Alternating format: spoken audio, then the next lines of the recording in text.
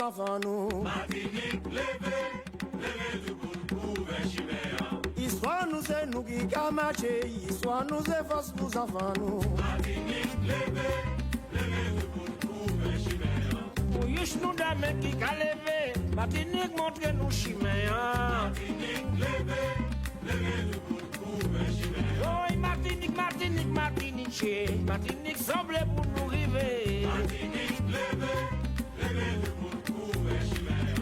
C'est tout vent nous caler, Martinique tout bout pour nous rouler. Martinique, levez du bout vers Chimère. C'est tout vent nous caler, vent d'envoyer rouler nous caouler.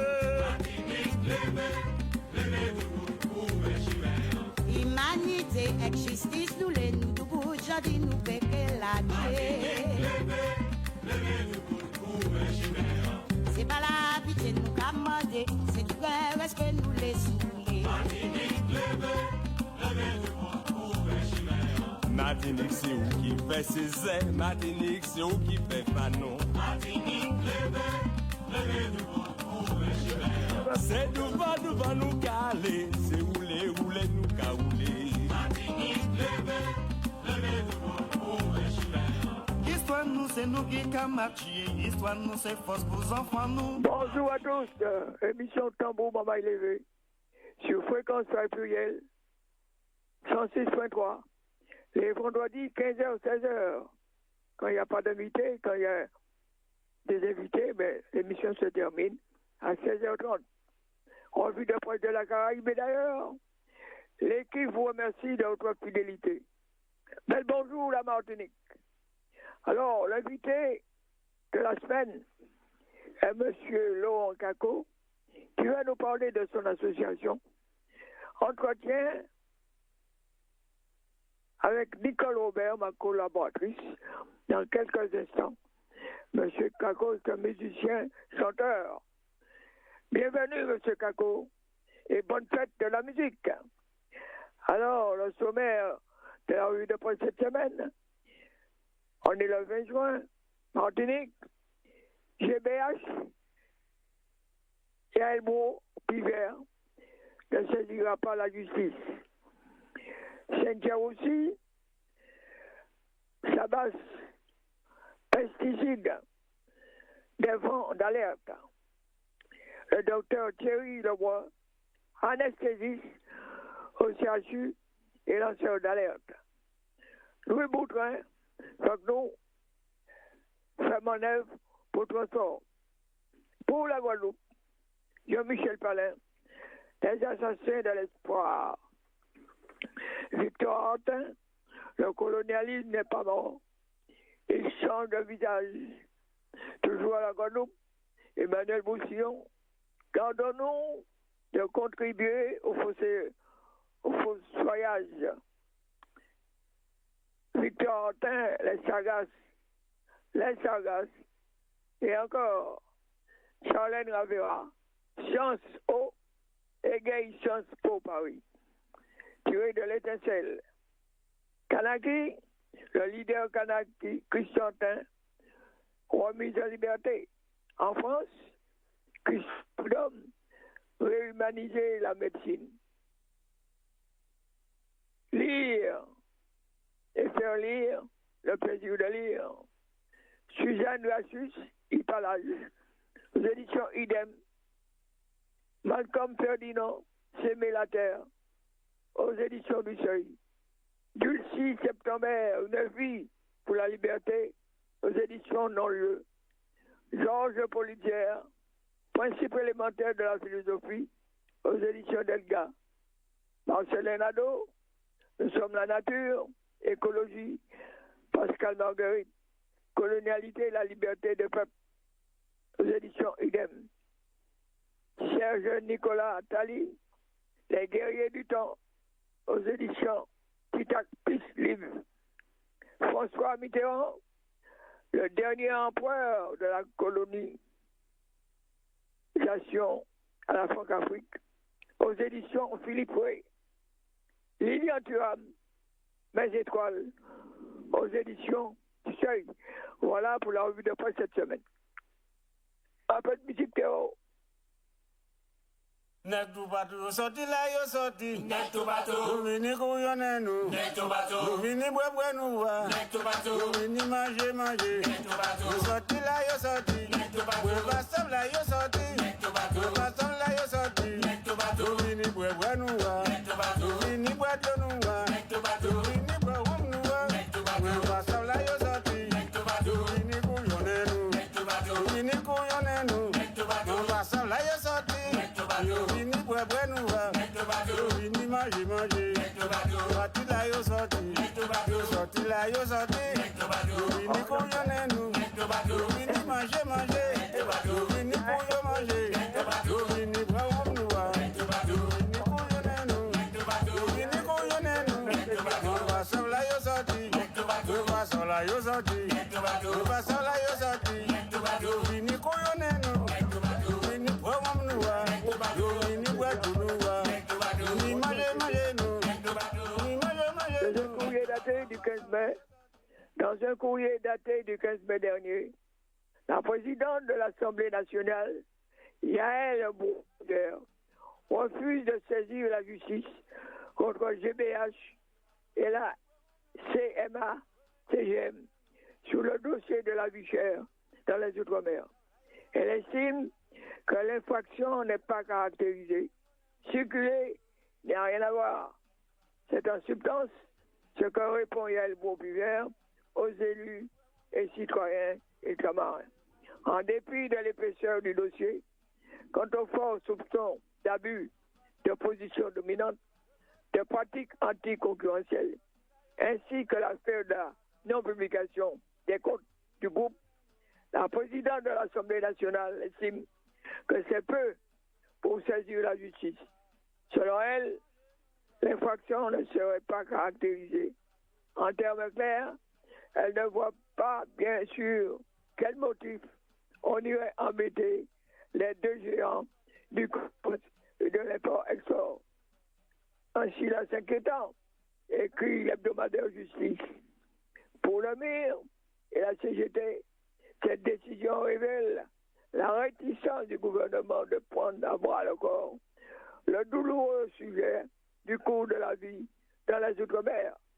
Les deux acteurs estiment qu'elle s'inscrit dans la lignée du parquet financier qui a eu accès tantôt au même dossier, mais qui n'a pourtant déclenché aucune investigation. Un avis partagé par Gladys Democrite, avocate au barreau de Guadeloupe. La réalité, c'est qu'on voit bien que d'un point de vue politique et judiciaire, la vie chère n'est pas une priorité du gouvernement. La plainte a été déposée au parquet judiciaire dès juin 2024. Les manifestations de la Martinique dès septembre de la même année ont ajouté de nouveaux éléments. Et pourtant, il ne s'est rien passé. Donc, nous montons un instant et espérons que le juge d'instruction fera son travail. Toujours à la Martinique, pesticides vont d'alerte face à l'épandage par drone. Le gouvernement autorise l'épandage par drone de produits phytosanitaires pour certaines cultures, notamment celle de la banane. La Sopamar et le collectif des ouvriers agricoles empoisonnés par les pesticides en appellent aux parlementaires pour le retrait de cette loi. La Sopamar, écrit Cynthia Roussy-Sabas, la Sopamar, association pour la sauvegarde du patrimoine martiniquais, et le collectif des ouvriers agricoles empoisonnés par les pesticides ont tenu une conférence de presse vendredi pour alerter sur la persistance de l'utilisation des pesticides dangereux en Martinique et sur les conséquences désastreuses sur la santé et l'environnement. Leurs revendications ont été illustrées par des rappels avec amertume de faits datant de 1974, au cours desquels des ouvrières avaient perdu la vie pour avoir revendiqué la suppression totale des pesticides et des témoignages plus récents. Tout aussi glaçants et avec des sols gorgés de molécules. On parle de plus de 70 molécules identifiées à des taux de concentration très importants. Même après plus de 50 ans, l'annonce de l'autorisation d'une nouvelle dérogation pour un épandage par drone d'une nouvelle molécule pourtant interdite en France depuis 2018 fait l'effet d'une bombe. L'introduction de pesticides en Martinique, dont les effets dévastateurs ont déjà été étudiés et donc perçus comme une régression inacceptable. Son nom, l'acétamipride, un insecticide. Il s'agit là d'un acte de violence très grave envers l'écosystème de la Martinique, déjà profondément fragilisé, a indiqué Pascal Tourbillon, membre de la Sofamar. Le député Marcelin Nadeau a assuré se mobiliser pour empêcher la promulgation de la loi autorisant l'épandage par drone.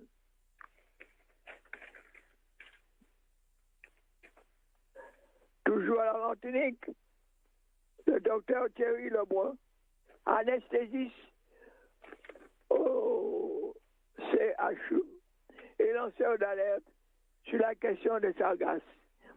On a perdu 7 ans. Les pouvoirs publics n'ont pas fait leur boulot. En 2018, il invitait le préfet à venir manger à sa table au Robert, à 2 pas d'une mer couverte d'algues. En avril 2021, il alertait dans nos colonnes sur les dangers liés à l'exposition aux sargasses. 4 ans plus tard, le docteur Thierry Lebrun, anesthésiste au CHUM, salue les avancées enregistrées ces derniers jours sur cette question de santé publique, tout en déplorant une perte de temps préjudiciable. Brigitte Taxal de Fonsantis pose la question. Des établissements scolaires ont dû fermer à cause des algues. Le collège Robert III a été délocalisé et un comité d'experts vient d'être mis en place en tant que lanceur d'alerte sur la question des sargasses. Comme vous inspire, c'est fait récent. Le docteur Thierry Debois répond, il a fallu la publication d'un article dans France Santé évoquant une catastrophe sanitaire, notre édition du 23 avril 25, pour que les autorités réagissent enfin. On a perdu beaucoup de temps. L'équipe de Soum a alerté dès 2018 sur l'impact des sargasses sur la santé. Le toxidrome sargasse dont on parle actuellement, ensemble des signes cliniques observés chez les personnes exposées aux algues échouées, a été décrit il y a plusieurs années et publié dans une revue scientifique en 2021. D'autres éléments concernant l'impact sanitaire ont aussi été démontrés et révélés: atteintes oculaires, dermatologiques, réactions inflammatoires, complications de la grossesse, pré-éclampsie, qui apparaissent plus précocement chez les femmes exposées, etc. Ces données ont toutes été présentées à l'ARS et publiées dans de grandes revues scientifiques. Tout le monde s'affole et s'excite. Aujourd'hui alors, nous demandons depuis 2018 l'application du principe de précaution et des mesures de prévention préconisées, dictées et recommandées par nos instances, le HCSP, au Conseil de la santé publique notamment. Musique Théo.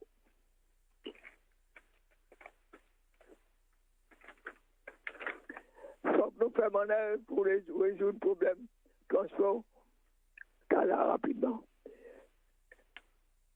Ni belle journée, Quelle jolie journée, ni belle journée, ah quelle jolie journée. ni belle journée, Ici bien que voler, belle journée, voler dans le ciel, belle journée, voler dans le bois. belle journée, Maman est là moins content, belle journée, moi les autres moins content. belle journée, Nous tous on là nous bien, belle journée, nous tous on là nous bien. belle journée, Maman est là moins content, belle journée,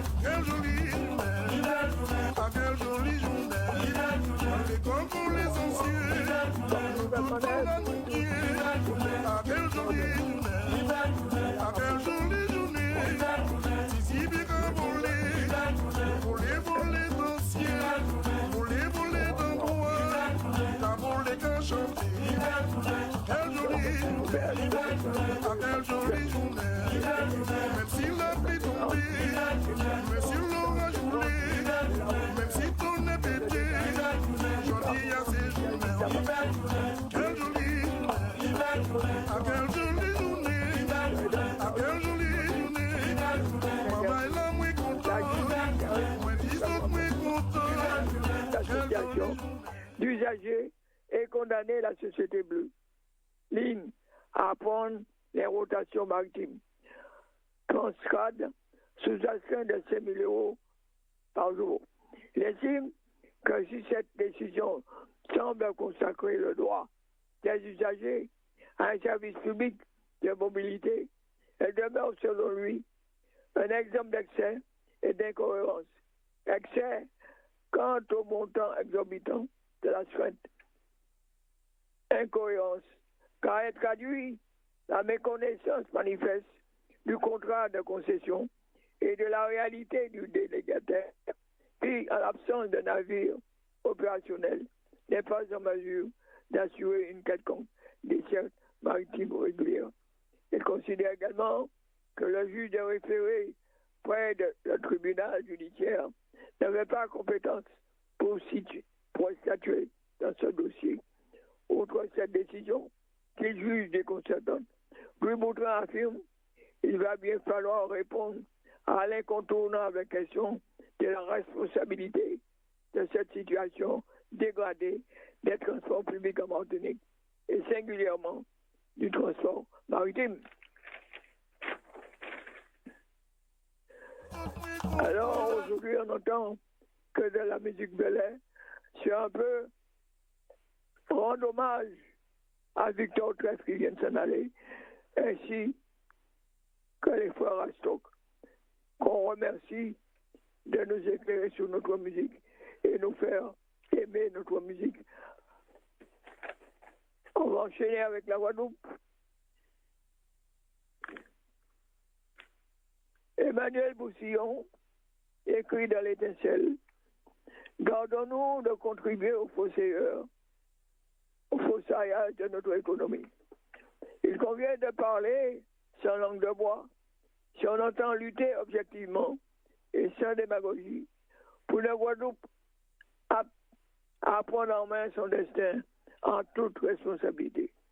C'est le sens de la longue lutte définie par l'appel au peuple du mouvement communiste guadeloupéen en 1944, précisé à la création du Parti communiste guadeloupéen, PCG, en 1958, et réaffirmé de congrès en congrès jusqu'au 15e en 2016. Ce combat en étroite collaboration avec les travailleurs s'efforce souvent traduit par des avancées sur le plan sociétal, social et politique. Est-il besoin de citer, par exemple, le passage du statut colonial au statut de département puis de région, le recul de l'alphabétisme et de l'obscurantisme, l'amélioration des conditions sanitaires, les dispositions sociales, sécurité sociale et allocation aux vieux travailleurs, l'interruption de la fraude électorale et la suppression du cumul des mandats, et abouti en 1992 à la publication par le PCG d'un document intitulé « Éthique et politique en code moral pour les élus ». Un code en 10 points qui a certainement inspiré par la suite le gouvernement français pour la limitation des mandats politiques et le financement des partis politiques. Toujours à la Guadeloupe, Victor a écrit: le colonialisme n'est pas mort. Il change de visage. Alors que la France commémore l'abolition de l'esclavage de 1848, la réalité que les peuples vivent montre que le colonialisme français, lui, n'a jamais vraiment disparu. Il se perpétue sous des formes plus subtiles, administratives sécuritaire et parfois même ouvertement brutale. La Martinique, la Guadeloupe, la Guyane et Saint-Pierre-et-Miquelon, territoires français dits d'outre-mer, continuent d'être les terrains d'expérimentation de politique que la France ne se permettrait pas d'imposer à sa population. Les propos restants des responsables politiques français en sont la preuve flagrante. D'abord, Laurent Wauquiez, qui a déclaré vouloir envoyer à Saint-Pierre et Miquelon toutes les personnes devant être expulsées du territoire national. Une proposition au relent pénitentiaire marqué par une vision archaïque que ces gens ont des colonies qui sont considérées comme des espaces disponibles pour les indésirables et les malfroids.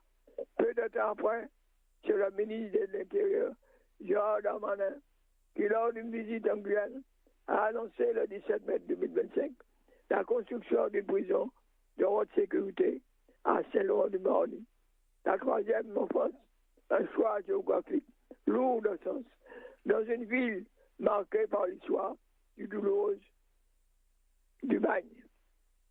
Quelle ironie cruelle, alors que l'on commémore la fin de l'esclavage, l'État français réaffirme sa domination sur ces territoires en y implantant un symbole d'enfermement et de répression.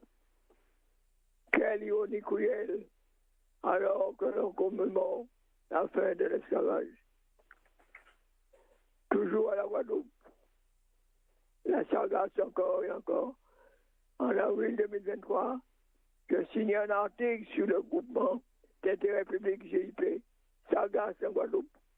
Groupement censé apporter une solution à toute la problématique des échouages des sargasses sur nos côtes. Selon toute vraisemblance, 2 ans après, jour pour jour, rien n'a pratiquement pas changé dans la gestion de ce phénomène. Aussi, nous reproduisons l'attention de nos lecteurs à notre analyse d'alors. Victoire a écrit, il y a bientôt 2 décennies que les algues de sargasses pourrissent la vie des Guadeloupéens. Les îles du Sud, les Saintes, la Désirade, Marie-Galante sont particulièrement impactées. Les conséquences désastreuses de ces échouements massifs de façon régulière sur nos infrastructures portuaires, sur nos plages, sur nos habitations, sur notre santé, mettent à mal notre économie déjà moribonde. Quelle est la solution au problème des sargasses? Quelle est la responsabilité de l'État et des collectivités territoriales pour une solution pérenne face à ce problème? Ces questions ne sont pas nouvelles, mais la régularité des échanges interpelle. Après avoir fait la sourde oreille pendant longtemps, après avoir ensuite convoyé la gestion de cette affaire aux collectivités, toutes aussi exsangues, les unes que les autres notamment, s'agissant des communes les plus exposées, l'État a consenti à jouer son rôle de façon plus concrète en participant à la création d'un syndicat mixte ouvert pour la gestion du GIP Sargasses, aux côtés de la vice-présidente de la région Guadeloupe, Mme Sylvie Gustave, dit Duflo, du directeur de cabinet du ministre délégué chargé de l'outre-mer, du préfet, du sous-préfet. C'est tout un arropage de fonctionnaires, d'élus, des collectivités locales, des représentants du EPCI et de la CCI qui ont procédé au lancement de ce syndicat. Voilà un mois déjà. Musique Théo. Ouvrez la porte, moi, mon sia. La pluie qu'a mouillé, moi, mon sia. Ouvrez la porte, maman, mon sia. La pluie qu'a mouillé, moi, mon sia. Ouvrez la porte, maman, mon sia. C'est nous juste qu'à cuire là. Ouvrez la porte, maman, mon sia. C'est nous juste qu'à cuire là. Ouvrez la porte, maman, mon sia. C'est le demi, mon sia. Ouvrez la porte, maman, mon sia. C'est le repos, mon sia. Ouvrez la porte, maman, mon sia. La pluie qu'a mouillé, moi, mon sia. Ouvrez la porte, maman, mon sia. La pluie qu'a mouillé, moi, mon sia. Ouvrez la porte, maman, mon sia. Moi,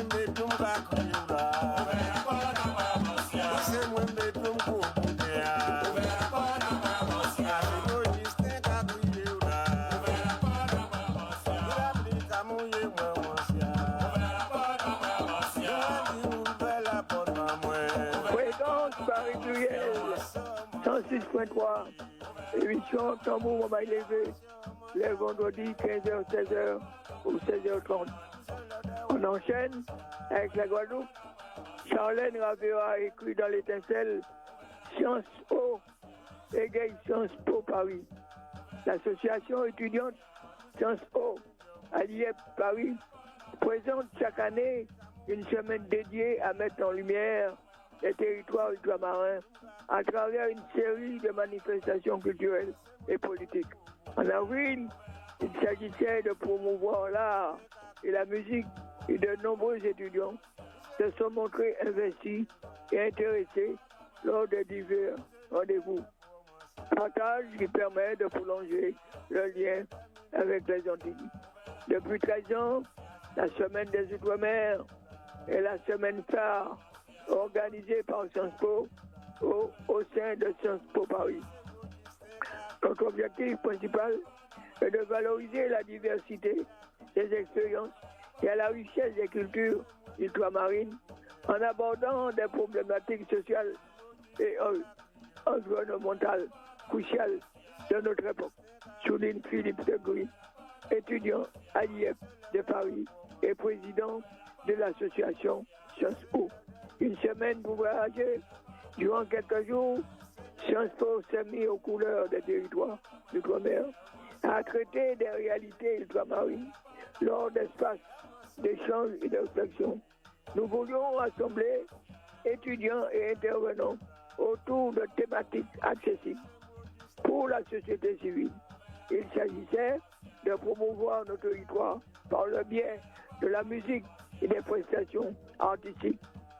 Avec le chanteur de zouk, Thierry Cham, à la chanteuse lyrique Marie-Claude Botis, ou des ateliers avec des personnalités de la scène, comme le réalisateur de films vidéo Chris Macari. Il fut aussi question d'évoquer le département de Mayotte et son rapport dans les relations internationales de la diaspora en Afrique ou des questions d'entrepreneuriat. Nous avons eu des moments de folklore très agréables où nos us et coutumes ont pu être largement mis en valeur, puis d'autres moments plus institutionnels avec des discussions intenses et concrètes sur l'avenir de nos territoires, ajoute Philippe Leguy. Cette semaine est une vraie parenthèse pour fédérer les étudiants ultramarins, que chacun puisse évoquer ses engagements et porter fièrement ses origines, ses couleurs et les valeurs de nos îles. Musique Théo. Mama elami nous là, Mama elami nous là, nous fini rivé, nous fini rivé, nous partons là nous rivé, Mama elami nous là, Mama elami nous là, so pe vini ouais nous, vini ouais nous, Mama elala.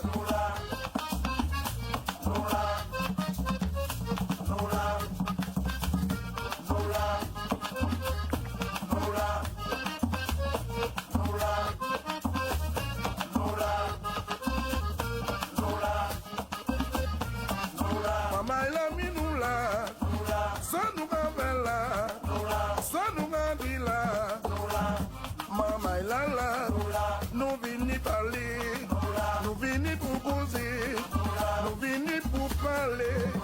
Comme c'est pour nous, Mama elami nous là, Mama elala, ça nous rappelle là, nous assis sous pied là. Jean-Michel Palin, les assassins de l'espoir. Pour ma petite fille Yaya, écrit dans l'étincelle 1132. Devant de tels carnages, depuis l'aube, le soleil s'apprêtait à quitter Canyounès, ville martyrisée, où les chiens improvisent tous les soirs des requiems, afin d'honorer les morts ensevelis sous les décombres d'immeubles, d'écoles, d'hôpitaux et autres, parce que avant le crépuscule ce vendredi 23 mai 2025, les assassins de l'espoir décidèrent d'en finir avec les rêves d'autres enfants. Yaya 12 ans, Rakan 10 ans, Ève 9 ans, Jubran et Ralslan 7 ans, Wifan 5 ans, Sidine 3 ans, Lukman 1 an et demi, Sidra 7 mois, corps carbonisé, corps déchiqueté, alors que leur mère, Allah al-Najar, médecin, sauvait des vies dans un hôpital. Les assassins de l'espoir, avec les armes de l'Occident, complices, tels des vampires de notre temps, continuent leur ronde sanguinaire, qu'importe. Les enfants de Gaza et Cisjordanie s'apprêtent à planter en terre Palestine l'arbre de l'espoir. Jean-Michel Palin, dans l'étincelle. Mama Elami Noula, Sanou Kabela, Badela Nufi, dis-moi si autres là, dis-moi si autres là, on les sent si autres là, Mama Elami Noula, Sanou Kabela. Alors pour conclure, ma chère Nicole, pour donner la parole, avec M. Kako, que je remercie, je m'excuse de ne pas être là parmi vous, mais c'est Paul Rosanne, une grande dame de la Guadeloupe. Bonne fête à toutes les mères. Fête à toutes les mères, c'est tous les jours. Compte tenu de leur activité intérieure et extérieure, quand je me rends à l'hôpital, passer des visites, je les vois qui n'arrêtent pas de courir dans tous les sens. Moi, je me dis, après cette journée, en arrivant à la maison, il y a encore du boulot à faire. Alors c'est pour ça que la fête des mères est passée. Mais je me fais un plaisir de relire ce que Paul Rosanne a écrit. Bonne fête à toutes les mères. Trois bourgeons d'espoir, visage rieur, bien plus grands l'un que l'autre, pas plus que 3 bottes de pointure rapprochées. Ils sont attentifs à leurs yeux, ils battent des mains, et comme une musique rythmée, ils crient maman. Elle qui s'avance, de pas délibéré, se précipite davantage, éclatante de joie. À peine, elle est entrée, 6 petits bois l'accaparent. Dans sa jupe, 3 têtes s'enfouissent devant, derrière ou à côté. Se berce de murmures contenus. Maman, maman, maman. Les provisions déposées, elle se baisse et les enlace à son tour. Les presse contre elle, mes petites, mes enfants. C'est ainsi maintenant, ce sera toujours ainsi. Malgré sa vie précaire, de travailleuse temporaire, elle s'accroche courageusement à l'existence, à la vie pour ses enfants, et son cœur regorge de bonheur. Douce tendresse, quelle allégresse, seules les mères en savent l'intensité, et sans doute la vraie l'égalité. Ce trésor que nul ne peut ravir, l'amour de la maternité. Bonne fête, maman. Bonne fête, maman. Bonne fête. Voilà, ma chère Nicole, je pense que, étant que femme, tu en sais quelque chose. Étant donné que tu as des enfants. Alors, tout le plaisir pour moi, c'est de lire ce texte de Madame Paul Rosanne. Alors, je vous souhaite une bonne continuation et je me fais un plaisir de vous écouter. Eh bien, merci, Georges. Merci pour cette revue de presse. Alors, belle bonjour, Georges. Belle bonjour, Théo, Mathias, l'équipe technique et la communication. Chers auditeurs, auditrices, donc vous écoutez l'émission Tambou Mamaï Levé tous les vendredis de 15h à 16h. Et aujourd'hui, jusqu'à 16h30, puisque nous avons 2 invités. Je vous rappelle qu'on a commencé le mois de juin en poésie et en musique avec Magali Breton. Je rappelle qu'elle est auteure des Covidiennes et des liens qui nous unissent aux éditions Le Lien par l'Art, La semaine dernière, Ferdi Ajax, artiste haïtienne, nous a offert un spécial Haïti en musique. Et aujourd'hui, nous recevons Laurent Cacot, que nous avons déjà invité en juin 2023. Et avec plaisir, nous le retrouvons aujourd'hui. Laurent Cacot, musicien, tourneur d'orgue de Barbarie, chanteur et conteur. Et aujourd'hui, il nous fait l'honneur d'être accompagné d'Arnaud Moyencourt, chanteur, musicien ambulant depuis 1990 et trésorier et archiviste de l'association Ritournelle et Manivelle, fondée en 1994. Alors, pour commencer notre rencontre, tout d'abord, nous allons écouter Libertango, tourné donc par Laurent Cacot. Voilà, le temps qui s'installe, je peux vous préciser que Libertango, fait par Astor Piazzolla, est donc un tango accompagné par l'orgue de Barbarie. Je laisse Laurent Cacot vous l'interpréter. Merci, merci.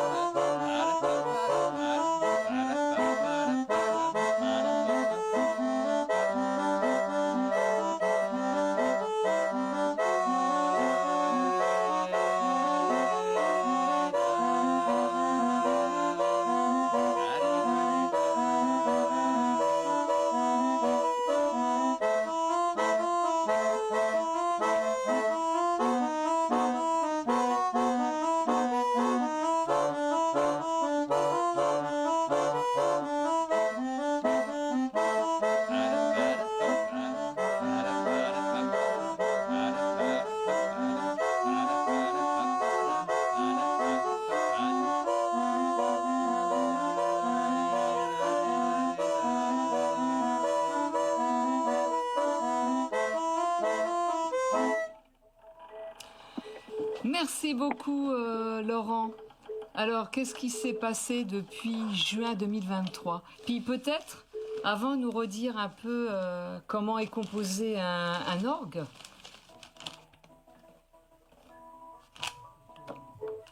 Le micro. Ah, le micro. Laurent, le micro. Ah oui. Oui, redire un peu aux auditeurs et auditrices. Donc, l'orgue en question qui vient de jouer, en fait, est un chantru. Donc, ah oui. Attendez, je me rapproche un peu du micro. Oui, donc l'orgue que vous venez d'entendre est un chantru et en fait dans la famille des orgues de Barbarie. En fait, c'est l'un des plus petits, sachant qu'en fait un orgue de Barbarie, plus il a de notes, plus il est gros. Donc un chantru, ça a 20 notes. Ça pèse entre 7 et 8 kilos. Après, l'avantage de cet instrument, c'est que c'est un instrument qui peut être facilement transportable. Donc, jouer en déambulation. Et puis, c'est un très bon compagnon de chansons également. Voilà. D'accord. Est-ce que... Oui. Très bien. Et alors, qu'est-ce qui s'est passé depuis juin 2023? Depuis juin 2023... Il s'est passé des choses. Il s'est passé des choses. Il y a eu bien sûr beaucoup de chansons, beaucoup de visites aussi en établissement senior. Et puis beaucoup d'événements divers et variés. Puis aussi des collaborations avec Ritournelles et Manivelle. Oui, puis vous avez fait aussi, il me semble, vous avez accompagné des gens qui dessinaient, vous êtes mêlé à un événement. Ah oui. Où vous avez joué Ça, donc, de l'orgue de Barbarie, et c'est assez peu fréquent d'assister donc des gens qui dessinent en général. C'est un autre instrument, c'est pas spécialement l'orgue de Barbarie. C'est pas spécialement l'orgue de Barbarie, mais c'est vrai que l'orgue de Barbarie permet des collaborations soit humaines et toujours humaines avec des instruments différents. Mais par contre, les musiciens qui vont accompagner un orgue de Barbarie n'ont pas d'autre choix que de se plier à l'orgue de Barbarie, étant donné que la musique est inscrite sur une partition de papier perforé, qui est sur le chantru des rouleaux. Oui, c'est les rouleaux. Sachant qu'il existe deux types de supports, le rouleau et le carton. En fait, c'est la même chose, sauf que le papier est rigide et ça donne au final des plaques de papier reliées les unes aux autres. Voilà. La seule différence, c'est qu'avec un orgue à rouleau, à la fin de la chanson, on arrive au bout du rouleau et il faut rembobiner. C'est ce que je m'apprête à faire là. D'accord. Alors que le carton, en fait, va se déplier d'un côté pour se replier de l'autre côté. Oui, d'accord. Voilà. Alors, vos projets, donc votre actualité, donc on vient un peu de le voir. Oui, vous faites aussi les guinguettes, les marchés de Noël. Oui, ça fait partie donc de l'ensemble qu'on va voir avec Monsieur Arnaud Moyencourt. Alors, votre actualité à venir et vos projets? L'actualité à venir demain. Donc demain, un concert, notamment pour la fête de la musique, demain soir à Boissy-la-Bertrand. Et puis après, l'été, d'autres activités. J'ai d'autres visites en résidence senior de prévu et d'autres choses qui viendront en cours. Voilà. Alors, maintenant, je suis bien curieuse. Donc, merci, Laurent. Merci, je suis bien curieuse. Votre rencontre à tous les deux, Laurent et Arnaud, comment vous êtes rencontrés? Alors, on n'avait pas préparé ça, mais je crois, moi, dans mes souvenirs, personnellement, il me semble que tu étais client chez moi, puisqu'il y a eu une période où j'étais perforateur de rouleaux. Tout à fait. Entre l'an 2000 et 2012, et donc tu étais venu dans ma boutique, si on peut dire, dans l'atelier, pour acheter des bobines. Je crois que c'est comme ça qu'on s'est connus. Moi, j'ai pas la même version, mais qui s'en rapproche. Perforateur de rouleau, c'est ce qu'on voit, c'est les trous qu'on voit.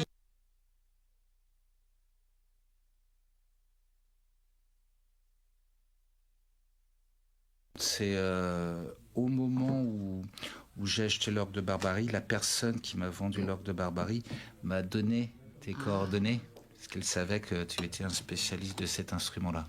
Et en fait, très peu de temps après que j'ai eu cet orgue-là, je suis venu vers toi et tu m'as toujours très gentiment conseillé, avec beaucoup d'amitié. Et par là même, c'est grâce à toi que j'ai connu l'association Ritournelles et Manivelles. D'accord. Et je me suis inscrit. Ouais. Voilà. Et je t'ai acheté quelques rouleaux par la suite, il est vrai. En fait, on a deux versions, mais c'est bien. Oui, Ouais. ils se rejoignent finalement. Puisque Tout à fait, c'est ouais. vers le Ah ouais. début des années 2000 en fait. Ah oui, c'est D'accord. ça, exactement. Ah ouais. D'accord. Ouais. Ah, même Alors. 2009, je dirais. Ah non, mais non, c'est ça, c'est 2008-2009, parce que moi, mon orgue, je l'ai eu en mai 2008. D'accord. Donc, Ouais. c'était à cette période-là qu'on a eu l'occasion de se rencontrer. Tout à fait. Et de rester ensemble et de parcourir. Alors maintenant, Ouais. eh bien, on va écouter Que sera sera, version sera sera. française. Ok. Donc là, Alors, faut changer les rouleaux, c'est ça. Alors pendant que tu changes ton rouleau, tiens, je vais donner Voilà, une petite on écoute anecdote sur la précédente intervention sur Libertango, parce qu'effectivement ça avait été fait par Astor Piazzolla. Il faut savoir que les tangos à l'origine, on dit en Argentine qu'ils avaient été accompagnés avant le bandoneon par l'orgue de Barbarie. Et donc Astor Piazzolla avait fait un titre qui s'appelle Ballada para un organito loco, donc balade pour un petit orgue fou, pour signaler la proximité entre le tango et l'orgue de Barbarie. bon. Merci. Et comme quoi, l'orgue de Barbarie est un instrument vivant, parce qu'au moment et avec, comment dirais-je, ces imprévus imprévisibles, j'ai la petite languette qui tire la bobine qui vient de lâcher. Donc D'accord, on va d'accord. faire autrement.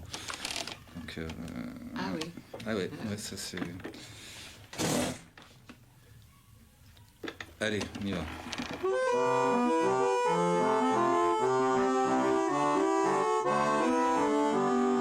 Dans le berceau d'un vieux château, une promesse vient d'arriver. Une princesse tout étonnée, à qui l'on vient chanter. Et c'est demain n'est jamais bien loin. Elles sont là, venir, venir. Et c'est là, qui vivra, verra. En migrant pour rêver, la demoiselle qui demandait. Allez-moi, mon ami, si j'aimerais. Et la maman disait, que sera, demain n'est jamais bien loin. Elles sont là, venir, venir. Que sera, qui vivra, verra. Comme un amant de ses amours, la demoiselle lui demanda: es-tu fidèle jusqu'à toujours? Et le garçon chanta: que sera, le mal n'est jamais bien loin. Elles sont là, venir, venir. Que sera, qui vivra, verra.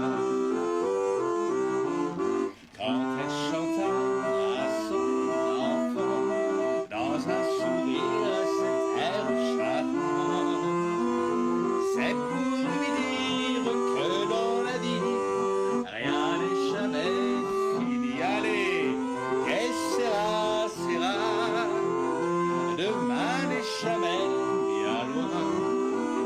Elles sont là, venir, venir. Que sera, qui vivra, verra. Que sera.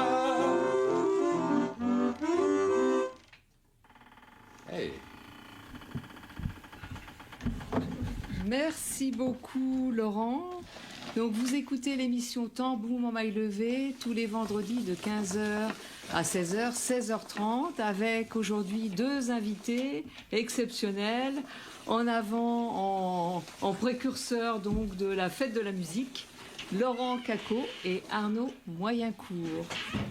Alors, Arnaud Moyencourt, vous êtes donc, je rappelle, vous êtes chanteur de rue, musicien ambulant depuis 1990 et vous assurez les fonctions de trésorier et archiviste de l'association RIT. Vous avez écrit la grande histoire, vous êtes l'éditeur scientifique et coordinateur donc du livre La grande histoire des chanteurs et musiciens ambulants. Et également, vous avez écrit des articles. Histoire de la maison Aubert, période du 19e siècle. Et aussi un article sur le piano ado, un instrument qui a beaucoup voyagé 19e, 20e siècle. Et vous vous prénommez Arnaud Moyencourt, dit le facteur. Alors, c'est quoi ce mot, le facteur ? Alors, tout d'abord, dans ma présentation, effectivement, moi je me définis pas tellement comme écrivain. J'ai été obligé finalement de m'intéresser à l'histoire de la culture populaire, parce que malheureusement, ça n'a pas beaucoup été étudié. Ça laisse une trace. Voilà, donc on a été obligé de laisser des traces un peu dans l'histoire, parce qu'il n'y a pas eu vraiment d'historiens qui se sont penchés sur ce côté de la musique populaire.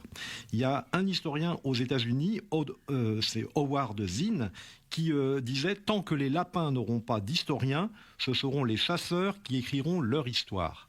Et effectivement, nous, on a été toujours dans une perspective un peu particulière, puisque notre activité de musicien et de chanteur de rue est tolérée par les autorités, mais on a eu parfois des tracasseries policières, administratives, et donc on avait pas mal de problèmes pour obtenir des autorisations. Voilà, donc c'est à la suite de ça que je me suis intéressé au problème, que j'ai commencé à rechercher. Donc je me définis plutôt comme archiviste, comme documentaliste, plutôt que comme écrivain. Mais on est forcé de le faire, étant donné que les autres ne le font pas. Voilà. Et quant au nom Le Facteur, il est venu finalement naturellement, c'est-à-dire que dans la rue, beaucoup de nos noms, de nos surnoms sont donnés par les gens qui nous croisent. Donc finalement, c'est les riverains, à force de me voir arriver sur les marchés avec mon vélo de facteur, avec l'orgue posé dessus et à interpréter des titres, que quand ils me voient venir, ils disent « Tiens, voilà le facteur ». Moi, ça me convenait, étant donné que j'avais une activité également au PTT, puisque j'avais passé un concours de contrôleur PTT en 90, donc à la même période où j'ai commencé à exercer dans les rues.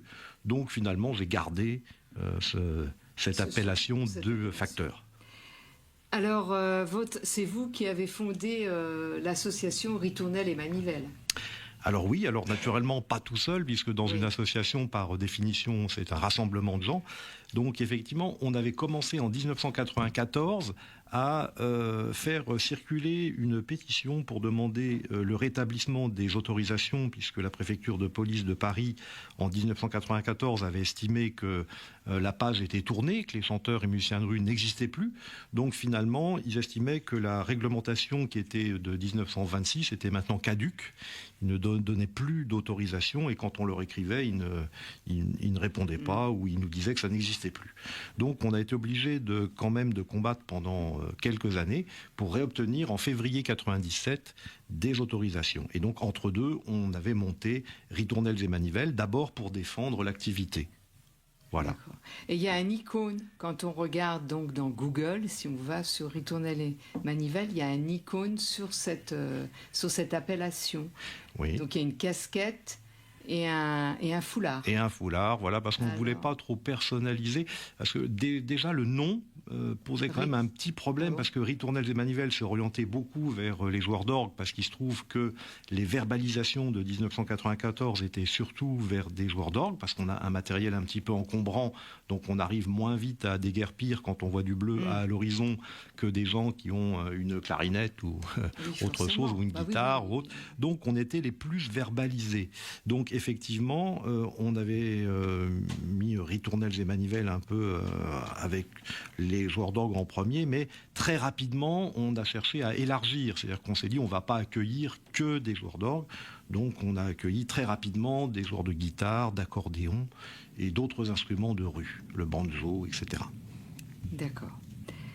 Alors, quels sont les buts de l'association et ses objectifs? Alors, on les avait rédigés comme ça.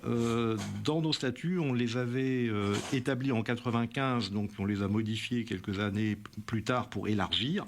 Donc, l'article 2 précise que cette association a pour but la promotion, la défense, la gestion de l'art populaire traditionnel et de ses interprètes, chanteurs de rue, spectacles vivants, utilisant orgue de barbarie ou tout autre instrument de musique traditionnelle, activité se déroulant en plein air ou en salle. Voilà, c'est comme ça que l'on définit les buts de l'association.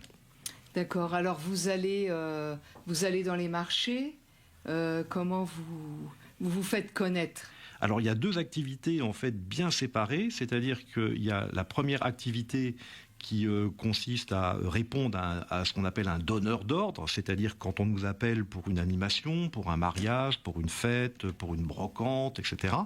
Donc là, on a un contrat, on est payé en tant qu'intermittent, quelques-uns en tant qu'artistes libres, d'autres en tant qu'auto-entrepreneurs, bien que ce ne soit pas la formule la plus adaptée pour notre activité, mais il y en a qui le font quand même en deuxième activité. Et puis, ça c'est quand on est employé, donc on va commencer tel jour à telle heure, faire un répertoire qu'éventuellement on nous impose un peu. Mais on le fait avec plaisir et il n'y a pas de problème, c'est une part importante de notre activité. Et puis, il y a la deuxième partie qui est la partie beaucoup plus impromptue, c'est-à-dire que on se lève, on voit qu'il fait beau, on dit tiens, je vais aller jouer sur un marché. Il y a un mois. C'est imprévu. Voilà, c'est dans le quotidien des gens, ils nous voient venir alors que rien n'était prévu. Et d'ailleurs, il y a parfois des gens qui sont heurtés. Il y a des riverains qui viennent nous voir et qui disent mais il y a une fête aujourd'hui, il y a l'organisation de quelque chose et tout. Et donc, on leur explique que non, c'est simplement parce qu'il fait beau et qu'on a envie de chanter et de partager des choses avec eux. Oui, donc les gens sont surpris. Ah oui. Et ils vous posent des questions. Ils sont curieux, sûrement de l'instrument, Alors notamment quand on joue dans les rues, dans les cours d'immeubles, dans les marchés, effectivement les gens viennent nous voir et on passe des fois plus de temps à parler du quartier, etc., qu'à chanter, parce qu'effectivement il y a beaucoup de rapports humains qui se font comme ça. Et vous chantez, c'est des chansons populaires, enfin c'est des chansons de quelle époque? Alors le répertoire il est varié en fait, puisque dans les titres que l'on chante encore actuellement, on remonte jusqu'au XVIIIe siècle, avec des titres de Pierre-Jean de Béranger, qui était à l'époque le poète national, qui était considéré vraiment comme une sommité, et il y a des titres que l'on reprend de lui. D'ailleurs chaque année on fait une petite fête chaque 17 avril, que l'on intitule Fête du printemps des musiciens et des chanteurs de rue, où on interprète un de ces titres qui s'appelle les gueux. Nous sommes les gueux, voilà. Et c'était un titre très connu à l'époque, mais que l'on continue à faire maintenant, donc il existe encore. En dehors du XVIIIe siècle, alors après XVIIIe siècle, on a aussi des chants de marins qui avaient été... il y avait eu du collectage de faits dans diverses régions de France, et donc il y a des chants de marins qui avaient été édités, inscrits, et donc que l'on chante. Mais on ne fait pas que ça, on fait naturellement tout le répertoire aussi du XXe siècle, avec notamment l'époque de la chanson réaliste, et puis jusqu'à maintenant, donc on fait des titres contemporains. Moi je sais que sur les marchés, par exemple, il m'arrive fréquemment de jouer la valse de Amélie Poulain, donc de Yann Tiersen, donc là on est dans le contemporain, quelques titres de Renaud, donc il n'est pas encore mort, donc tout va bien, donc on continue à interpréter ces titres avec grand plaisir. Donc voilà, on ne fait pas que des titres anciens. C'est varié, oui, d'accord. Et est-ce qu'il y a des femmes? Est-ce qu'il y a beaucoup de femmes qui jouent de l'orgue de Barbarie? Alors, l'orgue de Barbarie, pas spécialement, parce que comme l'instrument, dans la plupart des cas, était lourd, voilà, parce qu'il ne faut pas compter que le poids de l'instrument, il y a le poids du répertoire qui va avec. Et quand on se déplace, on part facilement avec une trentaine de titres, et donc ça représente un poids qui est des fois supérieur au poids de l'instrument. Donc il y a eu quelques femmes qui ont joué de l'orgue et qui les portaient. Bon, on trouve au XIXe siècle une femme qui faisait le carnaval de Binche en Belgique et qui portait un orgue. Alors l'orgue s'appelle Elle Petite Bonne puisque les instruments là-bas étaient baptisés et il pesait quand même 35 kilos. Voilà, et elle devait chanter avec, faire de la musique. Enfin, chanter, non, il faisait plutôt de l'accompagnement du carnaval, donc plutôt du répertoire musical, mais il fallait quand même marcher et danser avec. Et vous publiez? Vous avez une revue? Alors nous, on a un bulletin, donc on a du mal à appeler ça revue parce qu'effectivement c'est juste quelques pages. Mais donc un peu un trait d'union entre les adhérents, puisqu'on a quand même un certain nombre d'adhérents à travers le pays. Et donc on a un petit bulletin qui se présente. Alors là, c'est de place en place. Voilà, mais avant, vous aviez l'écho de la ritournelle. L'écho de la ritournelle, voilà, on en a fait une centaine. L'écho de la ritournelle. Ça s'est arrêté à un moment. D'accord. Et puis on a repris avec un autre titre. Voilà. Et donc ça nous permet d'annoncer les spectacles et les animations faites par nos adhérents. Et puis de faire un lien entre nous, de faire des réunions associatives comme ce qu'on appelle des tables d'hôtes. Alors le nom est un peu trompeur, c'est pas vraiment comme les gîtes ou etc. C'est juste une occasion de se réunir autour d'un plat, c'est-à-dire qu'à tour de rôle, on va chez les copains qui ont un peu de mètres carrés, quoi, où on peut être à une dizaine au moins, et puis ils font le plat principal et on amène de quoi aller avec.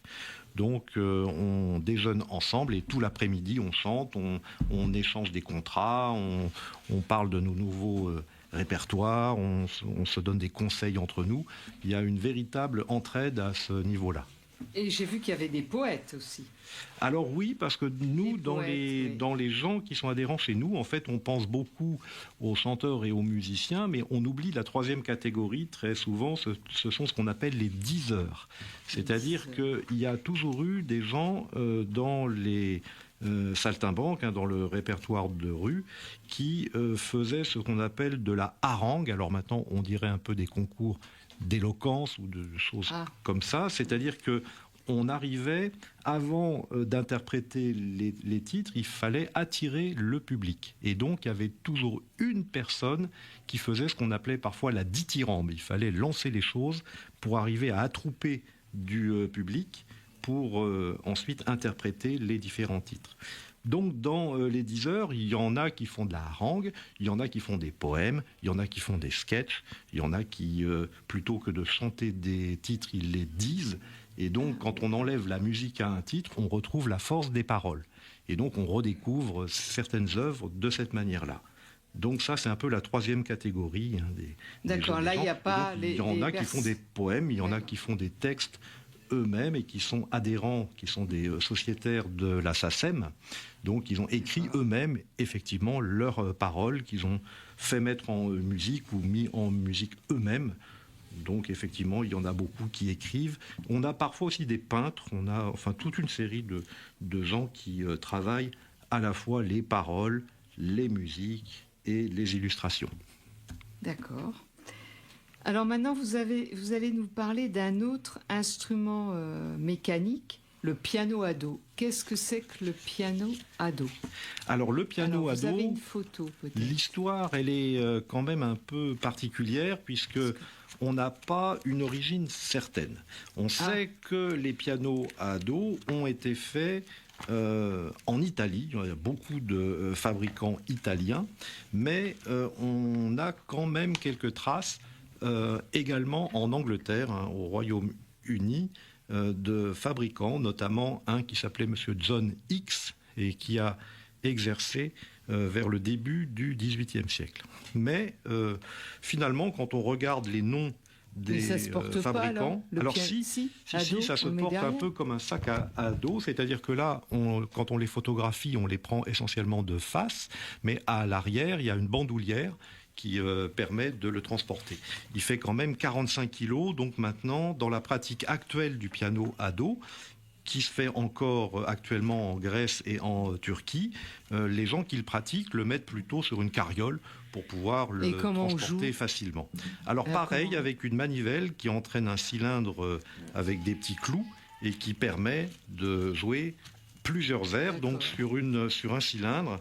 Alors le cylindre, on le voit, si je peux le montrer à la caméra, on voit effectivement un cylindre pointé qui est là, et qui permet de jouer 9 à 10 airs, c'est-à-dire que sur un cylindre, on arrive à mettre côte à côte une dizaine de titres, et ensuite, par un système d'axes crantés, on déplace donc de cran en cran pour faire les différents titres. Le problème des cylindres, c'est que ça joue le temps de faire une rotation complète du cylindre, donc à peu près 30 secondes, ce qui est assez limité. Donc c'est pour ça qu'on est passé d'ailleurs du cylindre au carton, puisque à partir de 1900, tous les instruments de musique mécanique marchent avec des cartons ou des papiers pour s'affranchir de ce problème de cylindre qui ne permettait pas une durée intéressante pour pouvoir faire des danses ou des chants. C'est plus dur à jouer ? Non, c'est pas plus dur à jouer, c'est autre chose. Les premiers instruments de musique mécanique marchaient tous avec des cylindres pointés. Simplement, c'est plus difficile pour obtenir du répertoire. Et le problème, c'est que ce qu'on chante, on ne sait, ou ce qu'on interprète, en tout cas, on ne sait pas toujours quels sont les titres à l'origine, puisque dans les instruments habituellement étaient cloués ou agrafés ce qu'on appelait la carte des airs, c'est-à-dire il y avait la liste de tous les titres qui étaient sur le cylindre, mais sauf qu'au bout de quelques années, étant donné que les 9 ou 10 titres, on ne pouvait pas non plus les utiliser tout le temps, les gens auraient fini par se lasser, donc on retournait chez un professionnel qui enlevait les pointes et qui remettait des nouveaux titres. Donc, bien souvent, la carte des airs qu'on a sur le coffre de l'appareil ne correspond plus au rouleau qui est dedans. Donc, les titres que vous allez entendre, que l'on a prévus pour l'émission, on ne connaît pas leurs titres. Et comment vous allez faire pour les découvrir, non ? Alors, ce qu'on peut faire, dans vos rencontres. Ce qu'on peut faire, c'est qu'effectivement, moi, le piano à dos que j'ai est un piano italien, donc on peut tout à fait demander à des Italiens de reconnaître les titres ou de retrouver quelques enregistrements qui permettraient dans un magasin de musique, alors il faut aller et prospecter. Il y a une très bonne radio italienne à Paris aussi, on pourrait très bien aller faire entendre, pour avoir des retours et enfin pouvoir identifier les titres qui sont sur ces répertoires-là. Alors, justement, on va écouter. Donc, je redis, on ne connaît pas les titres, mais on va écouter des extraits. Une auditrice, un auditeur, qui reconnaît les donc titres, du piano à dos.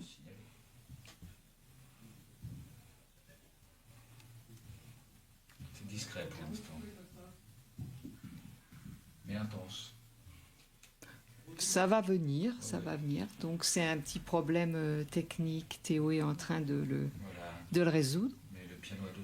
Mais le piano à dos Alors, en attendant que le titre soit lancé, ce sont des pianos qui ont beaucoup voyagé, puisqu'effectivement, c'était des instruments de musique mécanique qui ont été exportés dans beaucoup de pays. Et l'Amérique latine, l'Amérique centrale, etc., on a eu une importation qui arrivait par le Venezuela.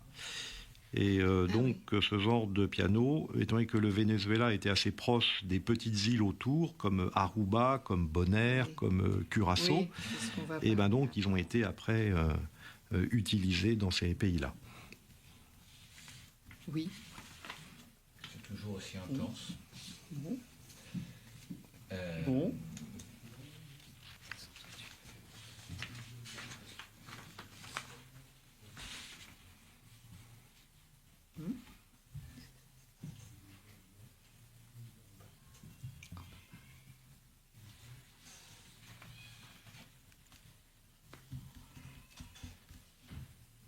Eh bien, alors on va continuer parce que donc l'orgue de Barbarie va avoir aussi un impact dans les Caraïbes avec une fabrication donc locale et une manière de faire. Alors justement Arnaud, donc vous allez nous expliquer donc il y a eu un brassage, une intégration et en fait donc il y a deux exemples, les Antilles néerlandaises et Cuba. Oui. Donc, alors, qu'est-ce qui s'est passé? Donc, ce piano à dos, donc comme vous aviez commencé à l'exposer, est arrivé donc dans les Antilles néerlandaises. oui, par le Venezuela. Donc, et on a même le nom de la personne qui l'a importé pour la première fois. Il s'agit de Horacio Sprock. Et c'était quand? Alors, il a À quelle vécu époque? 1946 et 1949. Et donc, il a eu l'occasion, lui, d'aller au Venezuela vers 1898. Et là-bas, il a croisé un importateur de ces instruments-là, un utilisateur qui venait de Milan. Et donc, un piano italien qu'il a pu découvrir à cette occasion-là. Et comme la personne était venue pour en vendre, donc... on a peut-être l'enregistrement qui va partir, donc je laisse partir l'enregistrement. Alors on écoute piano à dos.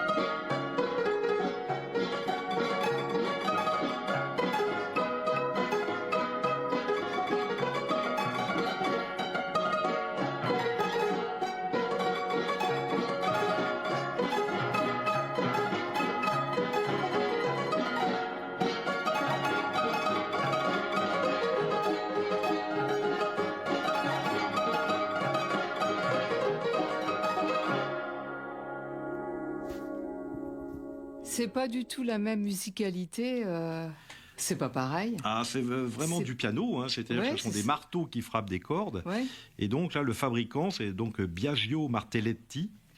Et donc c'est un instrument qui compose 77 cordes, 29 marteaux. Et comme je l'ai dit, comporte 9 airs de musique. Donc il a été fait vers le début du XXe siècle en Italie du Nord. Et il faut savoir que les Italiens ont inventé beaucoup d'instruments de musique populaire, puisque on suppose, on n'a pas de traces certaines, mais qu'ils ont inventé l'orgue de Barbarie.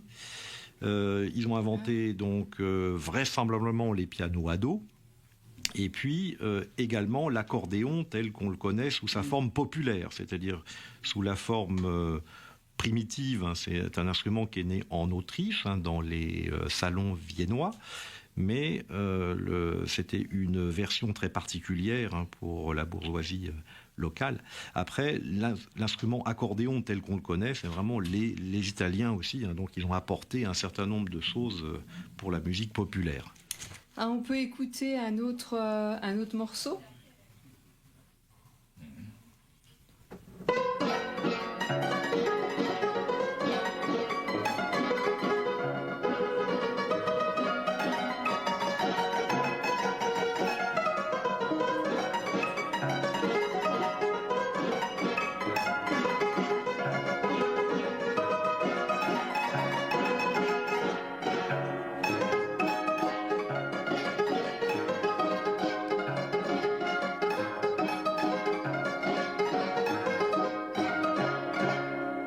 Et qu'est-ce qu'on dansait ? Alors, ce sont des danses que l'on... Alors, c'était utilisé dans les fêtes et les mariages en Italie du Nord. Oui. Et donc, c'était fait essentiellement pour ça. C'était accompagné parfois avec des tambourins. Alors ça, c'est dans la pratique vraiment italienne. Après, quand les pianos à dos ont été exportés donc vers le Venezuela, puis ensuite vers les îles des Antilles néerlandaises, les gens qui les ont démontés et refait là-bas, ont fait leur propre cylindre. Donc après, ils ont mis des titres de leur répertoire à eux, et ils l'ont accompagné par le wiri. Le wiri, c'est un instrument africain. Qui se présente un peu comme un grattoir. Hein. Donc on en joue avec un bâton que l'on racle sur un instrument assez long avec des crans. Et donc ça permet d'accompagner, au même titre qu'en Italie on utilisait le tambourin, là on utilise le wiri, donc à Curaçao, à Bonaire et à Aruba.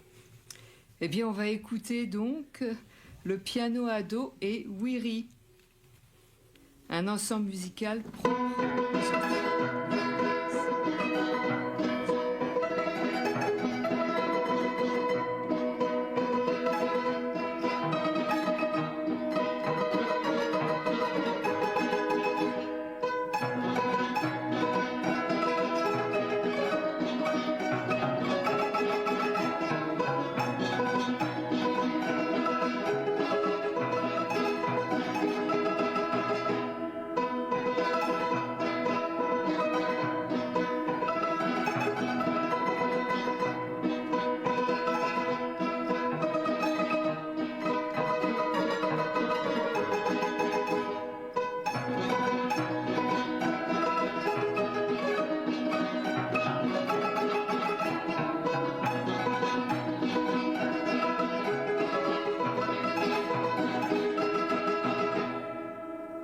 Je suppose que les personnes à cette époque étaient costumées. Alors oui, mais comme effectivement je vous l'ai dit, comme c'était joué dans les mariages, donc les gens étaient un peu en dimanche. Effectivement, ils étaient habillés de cette manière-là. Maintenant, c'est pas utilisé nécessairement dans des folklores particuliers. Hein. Ça peut être utilisé pour des fêtes familiales. Hein. Donc les gens après sont habillés comme ils sont habituellement. D'accord. Alors on passe à l'autre exemple, Cuba, l'orgue de Barbarie cubain au sein d'orchestre. Oui, alors là c'est une utilisation aussi un peu particulière pour l'orgue de Barbarie, c'est-à-dire qu'il a été importé à Cuba. Donc on trouve les premiers exemples. Excusez-moi de vous interrompre, mais du coup ils n'ont pas été transmis. C'est par exemple ce piano à dos, il a été transmis en Europe, dans les autres pays une fois que... Alors ce qu'il faut dire, c'est que les Italiens du Nord notamment étaient dans des régions où parfois il était difficile de vivre, donc ils ont rapidement émigré tout au long du 19e siècle. Et même au début du XXe siècle, il y a eu une immigration italienne importante et ils sont partis vers l'Allemagne au XIXe siècle et vers la France. Et donc ils sont venus avec ces instruments-là. Alors ça a été une des premières raisons de leur présence en France. La deuxième raison, pour la France, en tout cas, ça a été l'organisation des expositions universelles. On a du mal à imaginer ça actuellement, mais chaque exposition universelle attirait des millions de gens qui venaient de l'Europe entière pour rester. Et on ne se représente pas bien les choses maintenant, mais c'était comme à l'époque, les foires, ça ne durait pas l'espace d'un week-end, ça c'était compté en semaines et en mois. C'est-à-dire que ce sont des événements qui attiraient durablement des gens, et donc certains finissaient par s'installer en France. Donc quand les Italiens venaient pour l'exposition universelle de 1900, mettons, il y en a qui venaient avec leur instrument, puis ils trouvaient que c'était pas plus mal de jouer ici, et ils s'installaient, ils fondaient leur famille, et ils ne repartaient jamais en Italie, ou simplement à quelques occasions. D'accord. Alors, l'orgue de Barbarie, donc cubain. Alors, l'orgue cubain, il est arrivé donc vers 1850 au port de Cienfuegos, excusez-moi. Et donc, à cette époque-là, donc c'était des orgues à cylindres, hein, donc comme je vous ai fait voir sur le piano, avec des cylindres pointés, donc avec un nombre d'air limité et une durée de jeu limitée. Donc ça, c'était les premiers orgues qui sont arrivés là-bas. Et puis ensuite, vers 1900, il y a un fabricant qui s'est intéressé là-bas à l'orgue de Barbarie. Et qu'est-ce qu'il a fait? Eh ben, il a envoyé des gens de sa famille pour venir en France pour apprendre à construire des orgues et à faire du répertoire. Et donc, il y a notamment 2 personnes qui sont venues en France et qui ont étudié chez Limonaire, donc la célèbre fabrique, en 1906. Et puis ensuite, quand ils ont eu appris, ils sont restés quand même pendant 4 ans, le temps d'apprendre tout. Ils sont ensuite repartis à Cuba pour construire des orgues. Et donc ça, c'était dans la ville de Manzanillo. Donc à partir du début du XXe siècle, il y a des orgues qui se sont construits là-bas. Il y a un orgue que je peux vous faire voir, qui est un orgue qui s'appelle la Rumbita, qui a été fait en 1935. Alors par contre, il faudrait que je remette la main dessus. Répertoire de la Rumbita. Voilà. Donc en 1935, il a été fait là-bas et c'est le seul orgue que l'on a importé en France. C'est-à-dire qu'il est actuellement au musée des Jais en Haute-Savoie et donc c'est le seul orgue cubain que l'on ait ici. Alors les Cubains jouent de cet orgue-là d'une manière particulière, c'est-à-dire qu'ils ont enlevé toutes les percussions, puisque nous, sur les orgues de foire, on a, mettons, des caisses claires, des tambours, etc. Eux, ils ont enlevé toutes ces percussions-là, ils n'ont gardé que les jeux de flûte, et ils ont mis leur propre orchestre devant. C'est-à-dire que devant l'orgue, il y a des Cubains qui jouent de la caisse claire, qui jouent des cuivres, etc., pour accompagner l'orgue. Donc ils se servent de l'orgue simplement en accompagnement d'une musique de fond, si on peut dire. Et ils jouent avec tout leur répertoire, puisque le répertoire cubain est assez vaste. Donc on retrouve notamment dans le répertoire de leurs orgues ce qu'on appelle el son, qui est vraiment la racine de la musique cubaine, qui est un genre musical qui sert à danser. On retrouve aussi du suku-suku, qui est une variante du son, qui est né dans les années 1940 sur l'île de la Juventud. On retrouve du poro, avec des rythmes particuliers qui étaient à l'origine sur la Caraïbe colombienne.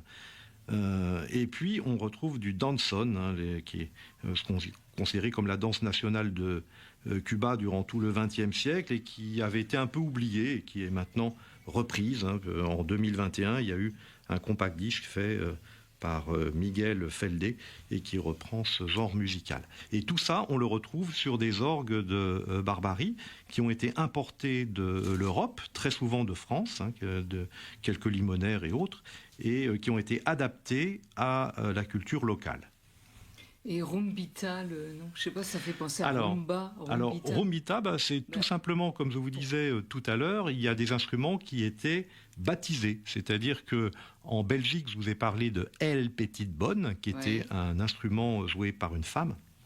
Et donc, l'orgue pesait 35 kilos, donc déjà un gros orgue. Et donc, on avait coutume de baptiser les instruments. Donc, à Cuba, ils faisaient la même chose. Donc là, on a cet orgue-là qui s'appelle la Rumbita, effectivement.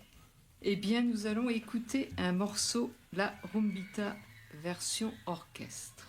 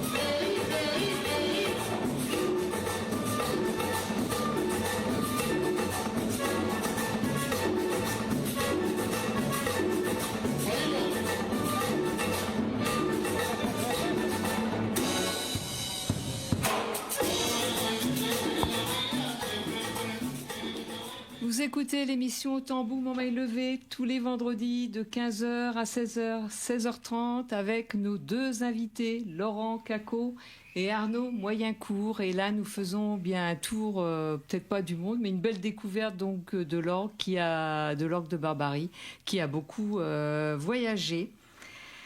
Alors, pour terminer un petit peu cette belle rencontre, quelles sont les activités donc, je dirais plutôt le projet donc de l'association?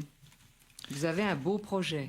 Alors actuellement, nous avons mis en place, alors on fait de temps en temps, tous les 2-3 ans, ce qu'on appelle une journée de réflexion sur le métier. C'est-à-dire qu'on essaie de voir un peu dans l'avenir comment va tourner notre activité. Y a-t-il des jeunes? Alors il y en a. Qui veulent apprendre l'orgue de Barbarie? Est-ce que vous faites des ateliers? Alors on ne fait pas spécialement de recrutement, mais effectivement, ça se fait essentiellement par des rencontres. C'est-à-dire qu'effectivement, on a parfois des jeunes qui viennent nous voir et qui disent « Mais est-ce que ça se fabrique toujours? Est-ce qu'on peut trouver encore des vendeurs? Est-ce que le métier existe encore ?» Bon, alors, on apprend beaucoup par les copains, en fait. Hein, c'est pour ça qu'on... Dans un conservatoire de musique, il n'y a pas d'instrument, il n'y a pas orgue de Barbarie. Se plongeant dans le bain. Voilà, c'est exactement ça. Et là, donc, cette année, on a fait une journée de réflexion sur le métier. On l'a fait le 28 février, là. Oui. Et donc, c'était pour rédiger un dossier de demande d'intégration de notre activité de chanteur et musicien ambulant au patrimoine culturel immatériel de l'humanité. Donc, auprès de l'UNESCO. Hein. Donc, on a constaté que il y a quelques années, il y a le Fest-Noz, les fêtes bretonnes qui avaient été intégrées dans le patrimoine culturel immatériel. Donc on s'est dit, pourquoi pas nous?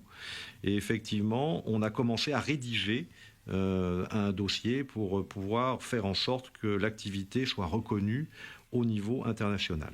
Alors, la réflexion que l'on avait, elle a buté à un moment sur une chose, c'est-à-dire qu'on a commencé à le faire nous-mêmes, de ritournelles et manivelles, hein, mais après on s'est dit, est-ce qu'on est vraiment représentatif de l'ensemble de la profession? Sûrement pas. Hein. On réunit quelques dizaines d'artistes, mais pas plus que ça. Il y en a d'autres dans Paris. En France, oui, après, même en France, il y a quand même... Oui. Beaucoup de gens qui pratiquent ça. Donc on s'est dit qu'avant d'aller plus loin, il faudrait peut-être aussi les contacter, eux. Et puis ensuite, on a été même plus loin, puisqu'on s'est dit, mais effectivement, on a des contacts en Belgique, on a des contacts en Allemagne, en Suisse. En Angleterre, alors? En Angleterre, hein, il y a également une pratique, alors eux, c'est ce qui s'appelle le busking, hein, pour aller dans les rues et faire la manche. Voilà. Donc, tous ces pays-là, il y aurait peut-être aussi une volonté d'intégrer ça dans ce projet. Parce que les projets auprès de l'UNESCO peuvent être portés par plusieurs pays. Mais est-ce qu'on aura après la force de le faire? Est-ce que c'est pas trop ambitieux? Est-ce qu'il ne faut pas commencer un petit peu de manière plus raisonnable? Donc on est en train d'y réfléchir et on reprendra cette réflexion-là dès qu'on aura un peu de temps l'hiver prochain. Oui, ça c'est un gros projet. Eh bien, merci beaucoup Laurent Cacot, merci beaucoup Arnaud Moyencourt. Merci à tout le monde. Une belle émission donc en musique et en histoire. Vous nous avez appris vraiment beaucoup de choses. Eh bien, l'émission se termine. Merci à la technique également. Hein. Merci bien évidemment à Théo, Mathias. Merci à Georges que nous saluons. Merci Georges. Et bien alors, très bon week-end. Bonne fête de la musique. Merci beaucoup. Et puis, à la semaine prochaine. À la semaine prochaine.